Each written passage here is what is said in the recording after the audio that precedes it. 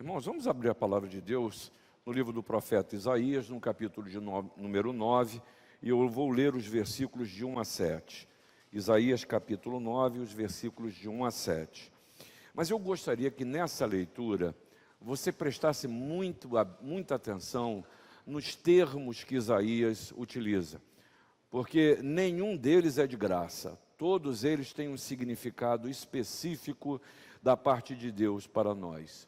Isaías 9, os versículos de 1 a 7, diz a palavra de Deus: mas para a terra que estava aflita não continuará a obscuridade.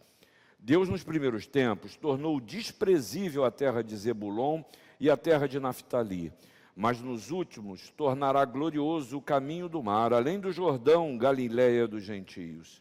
O povo que andava em trevas viu grande luz, e aos que viviam na região da sombra da morte resplandeceu-lhes a luz. Tens multiplicado este povo, a alegria lhe aumentaste. Alegram-se eles diante de ti, como se alegram na ceifa, e como exultam quando repartem os despojos. Porque tu quebraste o jugo que pesava sobre eles, a vara que lhes feria os ombros, e o cetro do seu opressor, como no dia dos midianitas.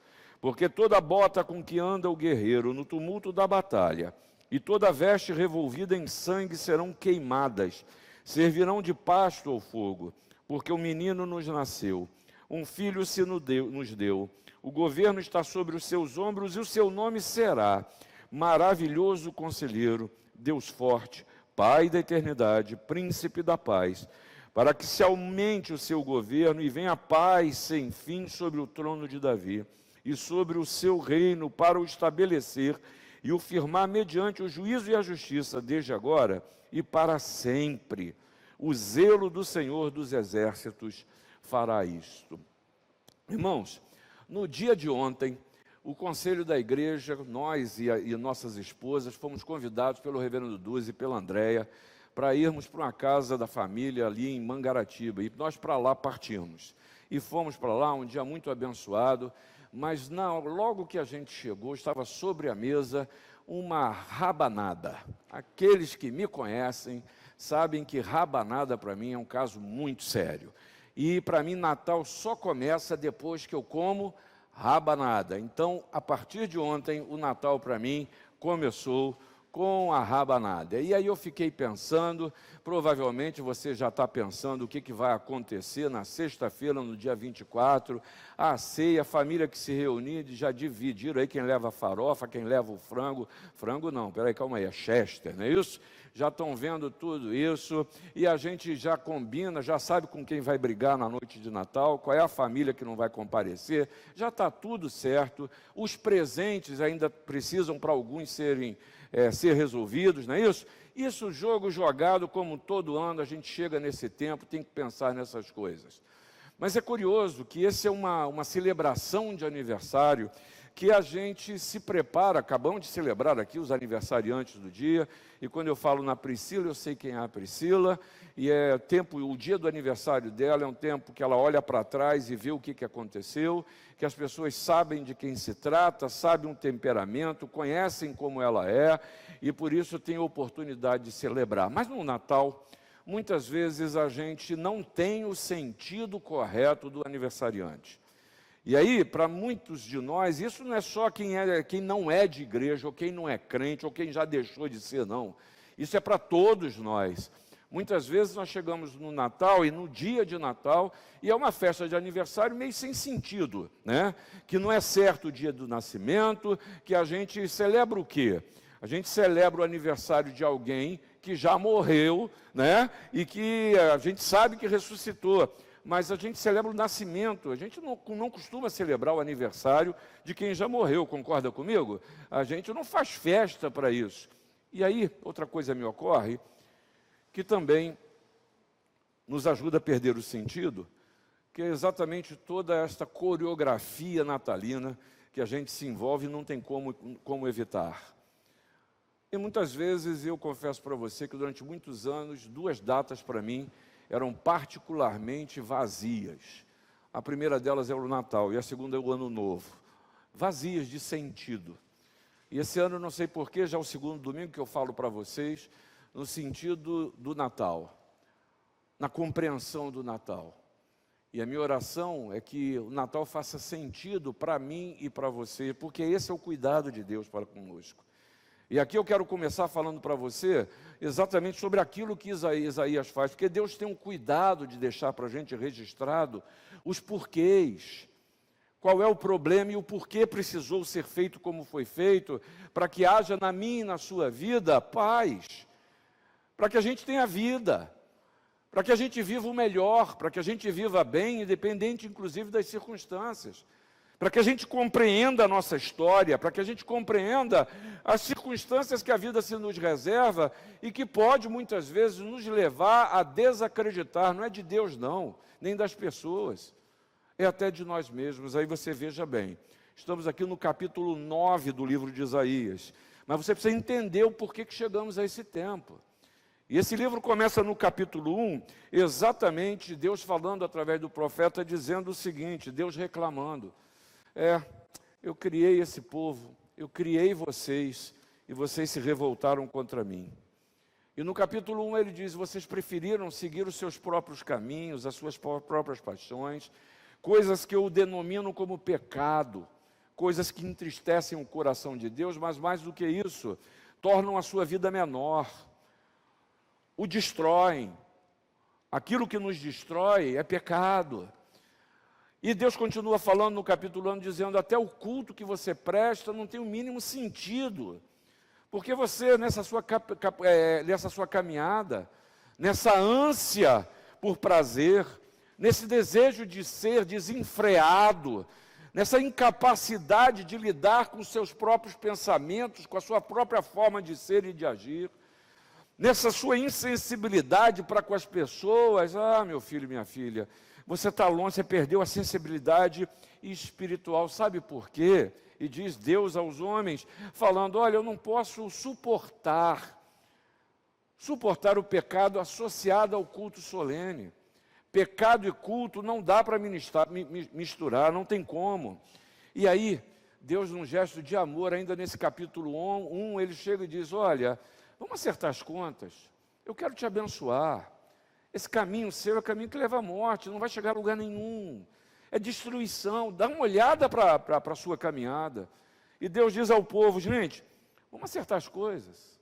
Ainda que a sua vida, a situação que você esteja vivendo, seja que nem o escarlate, eu posso transformar a sua vida numa lã branca, pura, íntegra, inteira, que traga a você paz e alegria para viver. E aí depois Deus vai dizendo através de Isaías, vocês eram fiéis, e vocês, palavra dura agora, hein? E vocês se tornaram como prostitutas, se vendem por qualquer coisa. E aí atraem para vocês juízo, não é porque eu seja um Deus que quer o mal, não, é porque a sua atitude, o mal que você realiza, o conduz para isso. Mas olha, eu quero lhe redimir, eu quero lhe salvar. E aí a partir do capítulo 2, Isaías nos mostra, dizendo que Deus vai corrigir aquilo que está errado. Que aqueles que são orgulhosos, esse orgulho vai ser abatido. Que haverá um julgamento não só sobre Jerusalém e Judá, mas sobre toda a terra. Mas haverá um renovo. Haverá a bênção do renovo. E aí o povo de Israel se vê tentado a se dobrar ao tempo, a se dobrar às condições do tempo.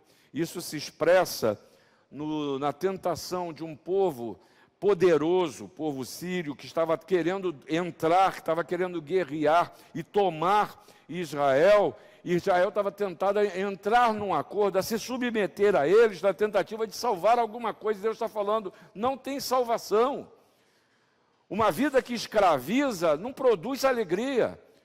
Vocês precisam de liberdade, a liberdade não está na submissão às questões do tempo. Não é esse o modelo que Deus tem para a gente. Não é esse o modelo que Deus tem para a sua vida, de que você se submeta a qualquer quadro que lhe condiciona, que lhe aprisiona, que lhe deixa submetido a qualquer questão. E aí eu e você precisamos fazer uma análise de como estamos vivendo. O que está lhe prendendo hoje? o que lhe condiciona? O que lhe faz dobrar?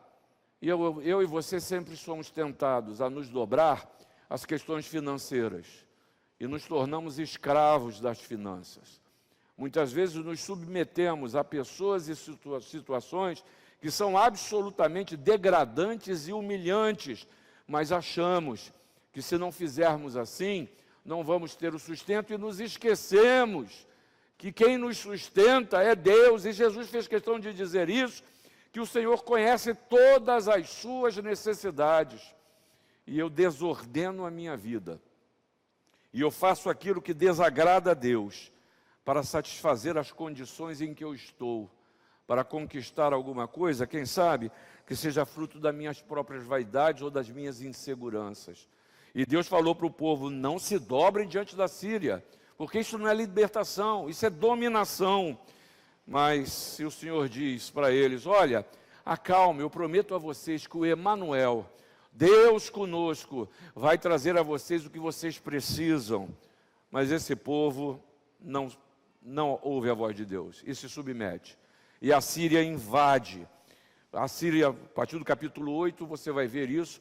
Ela invade Israel, domina, destrói, guerreia, mata, despoja, tira tudo que era de valor, tudo que era importante, tudo que espiritualmente tinha significado para Israel, já não existe mais. Esse é o quadro que você encontra aqui ao chegarmos ao capítulo 9. E aí eu me lembrei das histórias de Natal, que muitas vezes a gente fantasia, romanceia.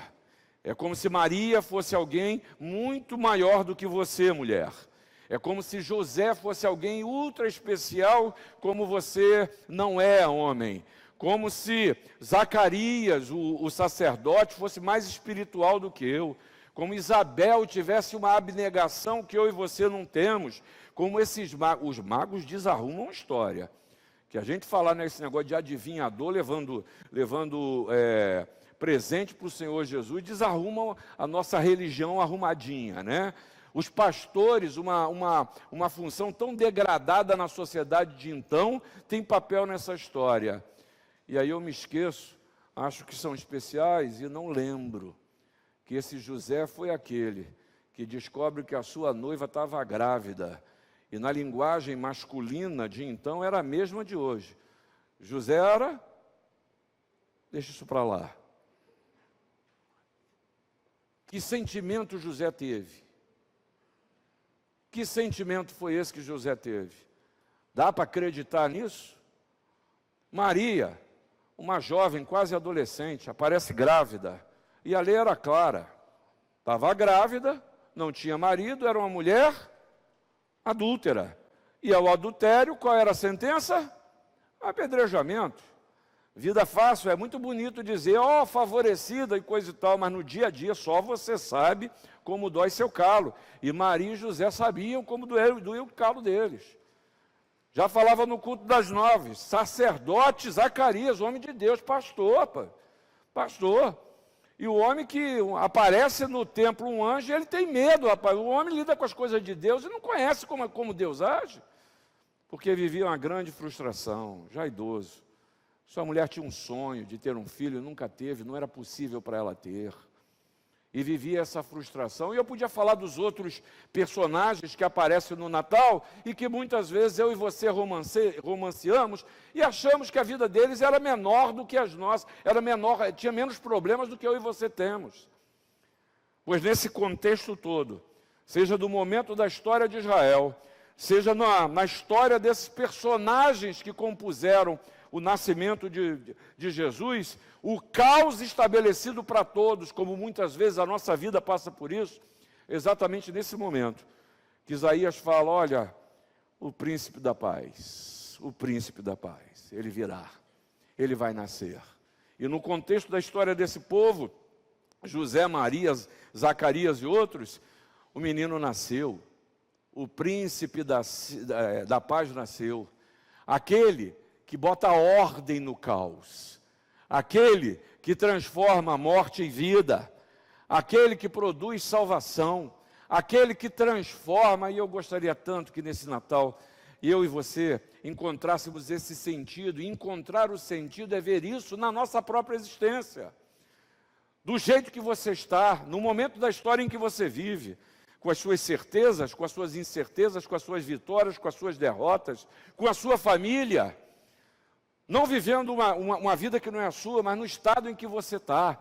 Porque Israel foi alcançado por Deus no momento da história que estava, vivendo as lutas que estava, sofrendo as suas derrotas com seus pecados, assim como esses personagens do nascimento de Jesus também foram alcançados do jeito que eram, como viviam. E a primeira coisa que Isaías e o Senhor Jesus nos ensinam é que a terra aflita, ela não vai continuar sem vida. Não vai continuar sem vida. E a palavra que você ouviu aqui é obscuridade, que quer dizer constrangimento, angústia, falta de luz, ausência de vida. E isso vai acabar. Isso vai acabar, é a promessa de Jesus. E você quer ver que lindo que você leu aqui? E talvez a gente passe por cima sem se aperceber. Que no nascimento de Jesus isso exemplifica a minha e a sua vida. Você leu aí, terra de Zebulon e Naftali, na região da Galileia. Foi exatamente o primeiro lugar, ou a primeira parte, que caiu diante da invasão dos assírios em 732 a.C. Você encontra isso em 2 Reis, capítulo 15, versículo 29. Foi exatamente a primeira parte da terra que foi invadida, foi destruída, levaram tudo o que tinham, mataram as forças vivas daquelas forças de resistência do então. Foi exatamente o primeiro a cair. Pois exatamente essa terra assolada, destruída, com um povo que foi desterrado, um dia daria à vida, daria ao mundo o Redentor da humanidade, Jesus. Foi exatamente nessa região que Jesus nasceu. Por quê? Porque terra aflita, ela não continuará sem vida. Você precisa ler isso para a sua vida. Você precisa ler isso para a sua história. Você precisa ler isso para as circunstâncias que você tem vivido. Em vez de você olhar para a aflição, para a destruição, para o deserto, lembre-se que não são as condições que determinam o poder e a ação de Deus. Deus é, e Ele age. E Ele não só é capaz, mas deseja acabar com a aflição das nossas terras. Exatamente essa terra que deu o nascimento de Jesus. E sabe por quê? Porque Deus reina sobre o caos, Deus reina sobre as circunstâncias, mas eu e você precisamos acreditar nisso. E a história de Israel nos mostra que aquele povo liberto do deserto, do Egito, andou pelo deserto, e do deserto Deus tira água. No deserto Deus providencia sombra, no deserto Deus provê alimento, porque não são as condições que determinam o poder de Deus sobre a sua vida. Ele é e quer agir sobre você e com você. De um ambiente destruído, como o que Israel viveu, de relações que poderiam se desancar, terminar em rompimentos, seja José, seja Maria. Seja um rompimento por não haver possibilidade de continuidade, por frustração de Zacarias e Isabel, seja por tentativa de engendrar politicamente os magos, ali feito por Herodes. Disso tudo, o Senhor provê vida, Ele conduz. Uma terra que se transformou num lugar que não tinha valor econômico, porque o que havia fora roubado. Uma terra que perdeu o valor cultural, porque foi tudo destruído. Uma terra sem valor bélico, porque suas armas foram destroçadas. Uma terra sem força, sem resistência, sem defensor, sem apoio. Uma terra cheia de impossibilidades. É exatamente daí que vem o Salvador. É exatamente desta terra que nasce o Salvador. E aí, a aplicação aqui na sua vida, ela precisa ser absolutamente objetiva. Eu preciso pensar na minha existência o que está destruído, e sempre há coisas destruídas na nossa caminhada. Sempre há. O que está destruído nas minhas relações. E você pode falar até com convicção, não há o que ser feito. A análise que você faz da sua caminhada é: nessa área da minha vida não há o que ser feito, está completamente destruído. Ou talvez você diga que tudo na existência lhe conduziu exatamente ao estado em que você se encontra hoje. Talvez alguns digam aqui, pode falar até em alegria, pode falar em mudança, pode falar em mudança de meios, pode falar no que quiser falar, mas nada vai transformar a minha realidade. Nada vai transformar a minha realidade. Ou talvez você diga o seguinte: só eu sei a carga que eu carrego, o peso, as responsabilidades e as dependências que eu carrego.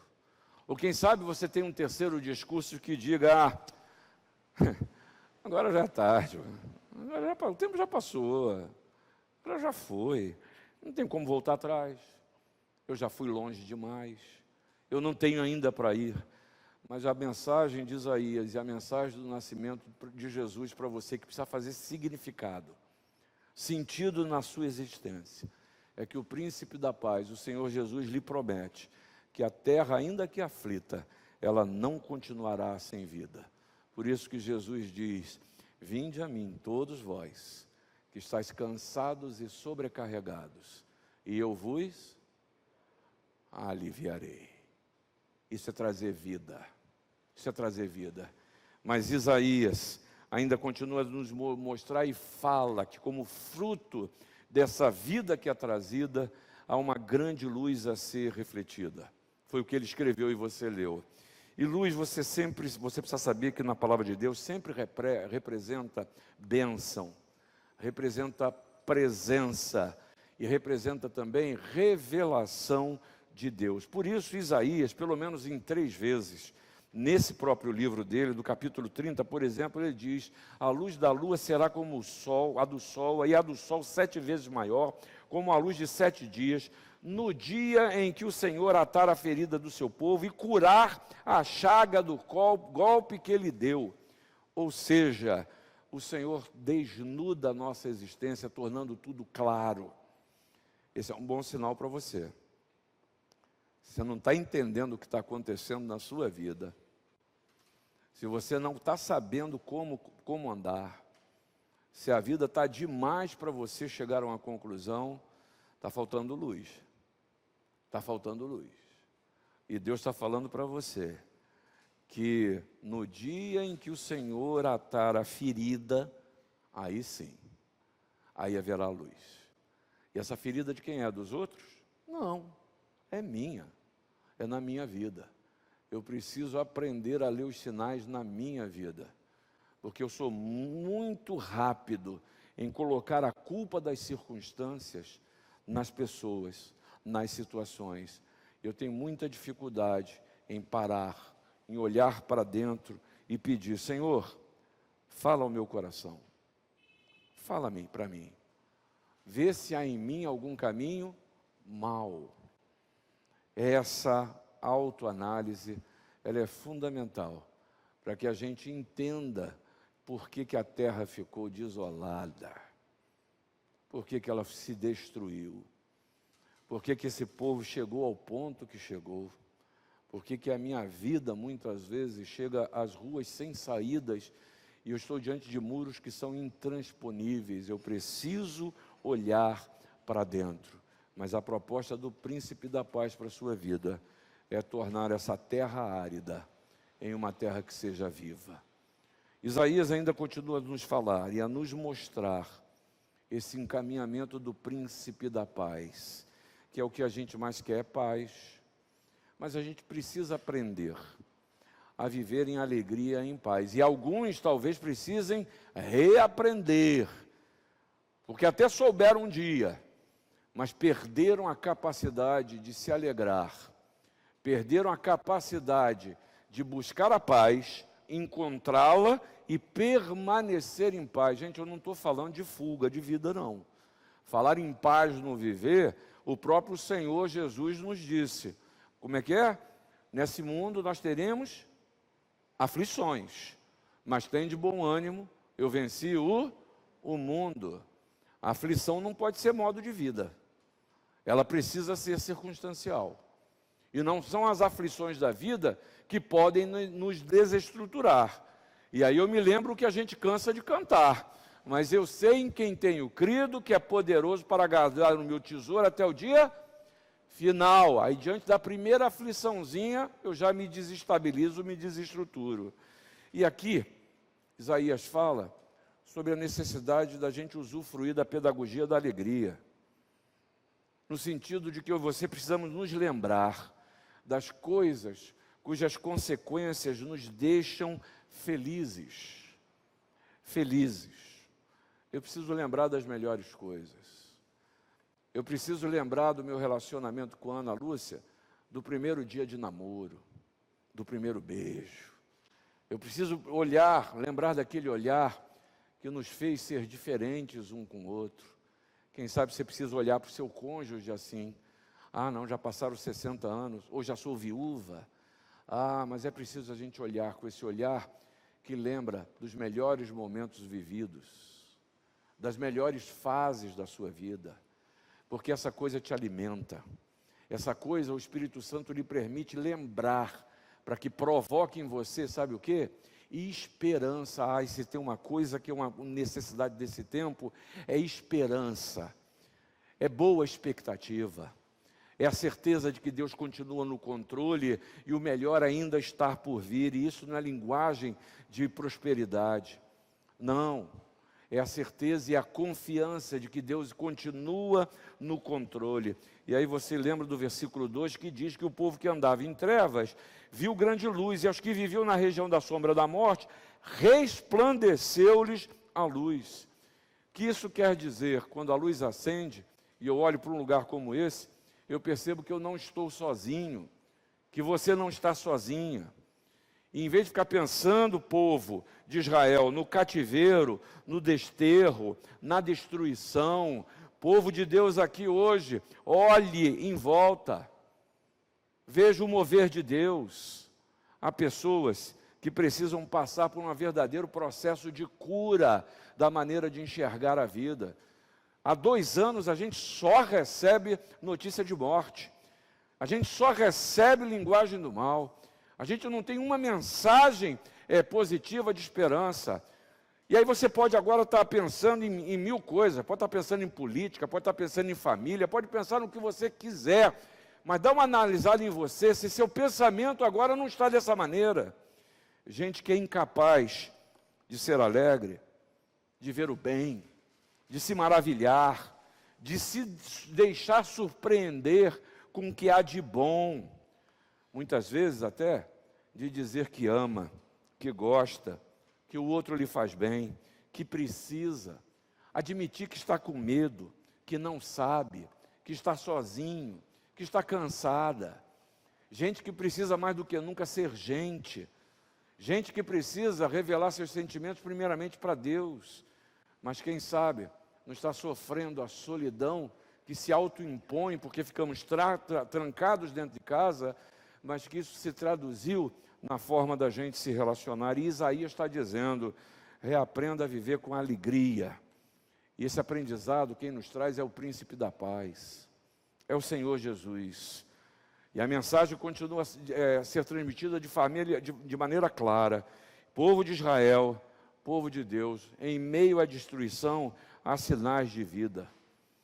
Seja numa estrebaria, numa manjedoura, sobre o governo de um rei opressor como Herodes, ou sobre um rei fraco e titubeante como Acais, que era o rei de Israel então. É tempo da gente perceber os sinais de vida. Hoje, na sua casa, na sua família, na sua caminhada. Diz a palavra, Isaías, no capítulo 29, nos lembra que os mansos terão regozijo sobre regozijo no Senhor, e os pobres entre os homens se alegrarão no Santo de Israel. Isaías está nos lembrando, não confie e nem idolatre as condições da vida. Olhe para o príncipe da paz. E olha que coisa linda na mensagem que Isaías nos traz. Falando a um povo agrícola que sabe exatamente o que representa ceifar. Você percebeu que ele fala sobre a ceifa? Pois é exatamente disso. E quem ceifa, quem lida com a terra sabe que a ceifa significa que eu trabalhei para limpar a terra, para semear, eu cuidei e esperei. Veio chuva, veio praga, mas no final deu tudo certo. A ceifa é o sinônimo do produto, do resultado. É como se o agricultor pudesse dizer, ufa, finalmente eu vou conseguir aquilo que vai me alimentar. Ufa, finalmente vai entrar alguma coisa que permita o sustento, porque durante o tempo do semear, eu só tenho gasto. Agora chegou a hora da colheita. Agora chegou a hora de colher os frutos, e é exatamente essa figura que Isaías nos dá, para que você tenha longanimidade. Longanimidade. Cuidado para não estar destruindo a plantação que ainda não está na hora da ceifa. Cuidado que depois de semear a terra, se aparecem umas pragas, aí você tem que jogar lá, entendo nada de agricultura, mas vamos lá, tem que jogar lá o remedinho para matar a praga. Aí vem a tempestade, e aí você tem que cobrir. Aí vem sol demais também mata. Tem que cuidar, mas espere. Não condene a plantação que é a sua vida, porque Deus está tratando dela. Mas, para que isso aconteça, é preciso tratar um velho problema que Isaías nos aponta aqui. E que as histórias dos personagens do nascimento de Jesus também nos ensinam. Que é exatamente, primeiramente, a humildade para perceber-se servo e criatura de Deus. Perceber a tua dependência. Eu preciso e dependo do Senhor. Eu dependo de Deus. Humildade para arrepender-se, reconhecer que tem andado em pecado. E mais do que isso, distante de Deus. Na sua aparente religiosidade, você produz movimentação, mas proximidade de Deus, nenhuma. Humildade, para que o seu culto seja expressão da sua vida. E não só o culto nesses breves momentos que temos aqui, mas onde quer que você esteja. Que a sua vida, a sua condução, seja um culto que seja feito ao Senhor em espírito e em verdade. Mas, finalmente, ainda um terceiro conceito que Isaías nos traz nesse texto, que eu falo do príncipe da paz, e eu aprendo que eu preciso imitar ao Senhor Jesus. Ele é o nosso modelo, Ele é um modelo de vida, mas eu preciso entender o que isso quer dizer. Entender. E a primeira coisa que ele diz no versículo 4 aqui, é que coisas foram destruídas, foram quebradas. Quebrou o jugo que pesava sobre o povo, quebrou o jugo que pesava sobre a sua vida, quebrou a vara que feria, quebrou o cetro do opressor. Todas essa linguagem é uma linguagem de opressão, de dominação, de escravidão. Mas Jesus veio para estabelecer uma nova ordem. O modelo não é o modelo da violência. O modelo não é o modelo da destruição. O modelo não é o modelo de subjugar. E eu quero que você preste muita atenção nisso. Diz o Senhor Jesus: tomai sobre vós o meu jugo e aprendei de mim, porque sou manso e humilde de coração, e achareis descanso para a vossa alma. Porque o meu jugo é suave, o meu fardo é leve. Curioso, como ainda hoje, há pessoas que pensam na igreja, no Senhor Jesus, na vida cristã, como instrumento de domínio. E o que é pior, a pregação nesse sentido, que não liberta, que quer escravizar, que quer dominar. Mas você aprende que ao conhecer ao Senhor Jesus, ao conhecer a verdade nos libertará. Pensa muito bem na sua expressão religiosa, se ela tem produzido na sua vida liberdade ou dominação. É curioso que a gente transforma uma mensagem simples de amor por nós num instrumento de dominação, em uma instituição, em poder, muitas vezes em trabalho, em culpa, em conformismo, em manipulação, e a gente corre o risco de que esse Espírito se aposse de nós. E por isso que eu creio que hoje há tantas pessoas desiludidas com o Senhor Jesus, como expressão da sua desilusão com a forma de ser igreja. Gente que pode até repetir gestos e rituais, mas que são completamente vazias da vida e da convivência com o Senhor Jesus. Eu ouso dizer que talvez, muitas vezes, hoje até aqui, entre nós, haja pessoas que estejam perdendo o sentido, ou já tenham perdido o sentido do que é viver o príncipe da paz. E por isso, o seu Natal não tem sentido. Mas Jesus nos fala que essas coisas que a gente fabrica não têm significado. O verdadeiro significado é um relacionamento pessoal, exclusivo com Ele. E Ele nos fala que um sistema de obrigações religiosas, na verdade, distorce a sua mensagem. Você há de se lembrar que durante o ministério de Jesus, esse foi o maior enfrentamento dele? Você se lembra disso? Que sempre ele era confrontado por conformidade com a lei, que ninguém cumpria, mas cobravam uns dos outros. E o Senhor Jesus disse: olha, eu vim para cumprir a lei, mas eu vou suplantá-la. É verdade, não adulterarás, está escrito na palavra. Mas olha, só de você olhar com desejo pecaminoso, já pecou. Ah, não matarás, está escrito lá. Matou, morreu. Olho por olho, dente por dente. Jesus falou assim: mas só em você falar mal do outro. E por aí o Senhor vai aplicando a lei e nos responsabiliza não só pelos atos, mas pela maneira como pensamos e, mais do que isso, pela maneira como nós agimos. E aí Coleman diz uma coisa, um escritor muito interessante: a maioria das coisas que a gente consegue na vida é fruto de desempenho. E tem muita gente que vê a vida cristã como se fosse um desempenho religioso seu. Eu tenho que fazer, eu tenho que fazer, eu tenho que dar, eu tenho que acontecer. Não que essas coisas não sejam importantes, mas essa não é o centro da fé cristã. É por isso que a morte de Jesus, ela é tão ameaçadora e desestruturadora para quem foi criado com esse ideal de cristianismo como uma obrigação religiosa. A morte de Jesus desestrutura, porque a gente não aguenta regras que a gente não entende, ou que não são capazes de produzir sentido para a nossa vida. Por isso que a morte de Jesus mostra para mim e para você simplesmente o amor de Deus por nós. Porque Deus amou tanto, amou ao mundo de tal maneira, que deu seu Filho unigênito, para que todo aquele que nele crê não morra, mas tenha vida simples assim. Porque é nessa linguagem de Senhor, nessa linguagem do Senhor Jesus, a força e a violência, elas foram vencidas. A violência não pode ser, para mim e para você, instrumento de vida.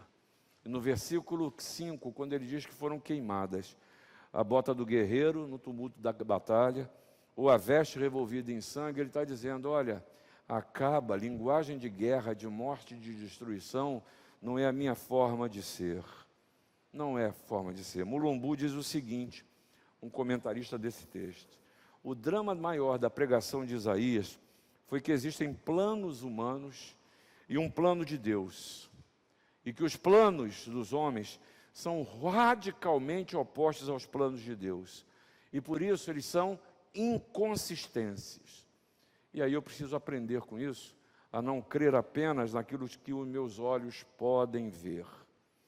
Porque no meio desse caos que Israel vivia, no meio do caos das histórias do nascimento de Jesus, o menino nasceu. O menino nasceu. E o governo está sobre ele. E ele tem nome, você sabe que o nome define quem é a pessoa. Quando eu falo Aureliano, você sabe exatamente de quem eu estou falando. Quando eu falo Eduardo Gouveia, você sabe de quem eu estou falando. Nome tem esse poder de definir. Talvez se eu falar só Eduardo, só aqui eu já estou vendo dois. Mas quando eu falo Eduardo de Oliveira Gouveia, eu estou falando é desse aqui, não é de outro. E o nome que o designa ao Senhor Jesus é que ele é um conselheiro maravilhoso, maravilhoso. Portanto, é alguém que eu preciso ouvir. Ele é Deus forte. E o que eu estou dizendo é que ele é onipotente. E aí eu preciso aprender a ver em que forças eu estou confiando. Porque a verdadeira fortaleza está no Senhor. O nome dele é Pai da eternidade. Não é uma paternidade por 70, 80 ou quem sabe 90 anos. Porque se assim fora, eu continuo constantemente a viver as lágrimas de ter perdido meu pai em maio do ano passado. Perdi, não tenho mais pai. Mas a paternidade do Senhor é por toda a eternidade. Não é momentâneo. Não é porque você é melhorzinho ou piorzinho. Ele é nosso Pai, mas finalmente, Ele é o príncipe da paz e é isso que Ele vem lhe oferecer. E que nesse Natal, você viva a paz de alguém que sabe que apesar da terra estar aflita, ela não vai continuar sem vida. Não vai continuar sem vida, porque Jesus nasceu. Alguém que sabe que o príncipe da paz veio trazer alegria e paz. Mas eu preciso aprender ou a reaprender a usufruir dessas duas bênçãos, a alegria e paz. Esse tempo de Natal, que o Senhor nos permita imitar ao Senhor Jesus. Lembrando que as forças de opressão foram destruídas. Aquelas que nos condicionam foram quebradas. Que violência não é o método, mas que o Senhor me convida a ser um instrumento do príncipe da paz. E no que depender de mim, e que no depender de nós, haja paz em toda a terra. E aí eu termino dizendo para você que o coro Marcelo Ganter vai lhe trazer essa mensagem que fala de uma doce melodia. E que você possa se apropriar dessa bênção neste Natal. E ao sentar, quem sabe com os seus, ou sozinho ceando em casa, ou trabalhando, que há pessoas que no dia 24 trabalham, você possa dizer: Natal para mim tem sentido.